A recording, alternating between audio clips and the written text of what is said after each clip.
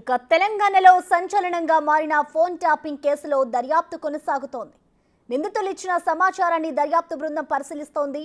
నిందితుల WhatsApp chatting, snap chat ను retrieve చేశారు. దాని ఆధారంగా దర్యాప్తు చేపడుతున్నారు.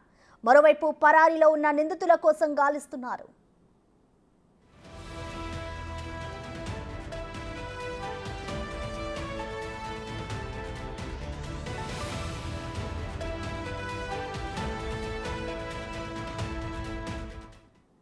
దీనికి సంబంధించిన మరింత సమాచారం మా ప్రతినిధి సురేష్ అందిస్తారు. సురేష్,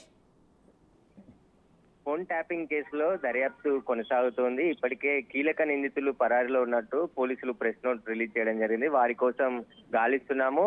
ముఖ్యంగా ఈ కేసులో ప్రభాకర్ రావు ఎస్ఐబి మాజీ చీఫ్ గా ఉన్నటువంటి ప్రభాకర్ రావు విచారణకు హాజరైతేనే కీలక విషయాలు బయటకు వచ్చే అవకాశం ఉంటుంది. అదేవిధంగా నిందితులు ఎవరైతే నలుగురు అరెస్ట్ అయ్యారో భుజంగరావు, తిరుపతన్న, ప్రణీత్ రావు, రాధాకిషన్ రావుకు సంబంధించిన సెల్ ఫోన్ లోని వాట్సాప్ చాటింగ్, అదేవిధంగా స్నాప్చాట్ చాటింగ్స్ ని రీట్రీవ్ చేశారు. అందులో ఎవరెవరితో చాట్ చేశారనే దానిపైన పరిశీలిస్తున్నారు. ఇప్పటికే కేసుకు సంబంధించిన కీలకమైన ఆధారాలను దర్యాప్తు బృందం రాబట్టగలిగింది. దానికి సంబంధించి పూర్తిగా విశ్లేషిస్తున్నారు. ఈ కేసుకు సంబంధించిన ఎవిడెన్సే చాలా కీలకం కాబట్టి ఆ ఎవిడెన్స్ ని ధ్వంసం చేశారు కాబట్టి వాటిని ఎలా రీట్రీవ్ చేయాలి, ఎలా మళ్ళీ తిరిగి సంపాదించాలనే దానిపై పూర్తిగా పోలీసులు నిమగ్నమై ఉన్నారు. మరోవైపు నలుగురు నిందితులు కూడా జిల్లా కోర్టులో బెయిల్ పిటిషన్ దాఖలు చేశారు. ఆ బెయిల్ పిటిషన్ సంబంధించి ఈ రోజు బంజారాహిల్స్ పోలీసులు దర్యాప్తు బృందం పిటిషన్ వేయనున్నారు. కౌంటర్ పిటిషన్ దీనికి సంబంధించి బెయిల్ ఇవ్వొద్దంటూ కూడా వాళ్ళు కౌంటర్ దాఖలు చేయనున్నారు.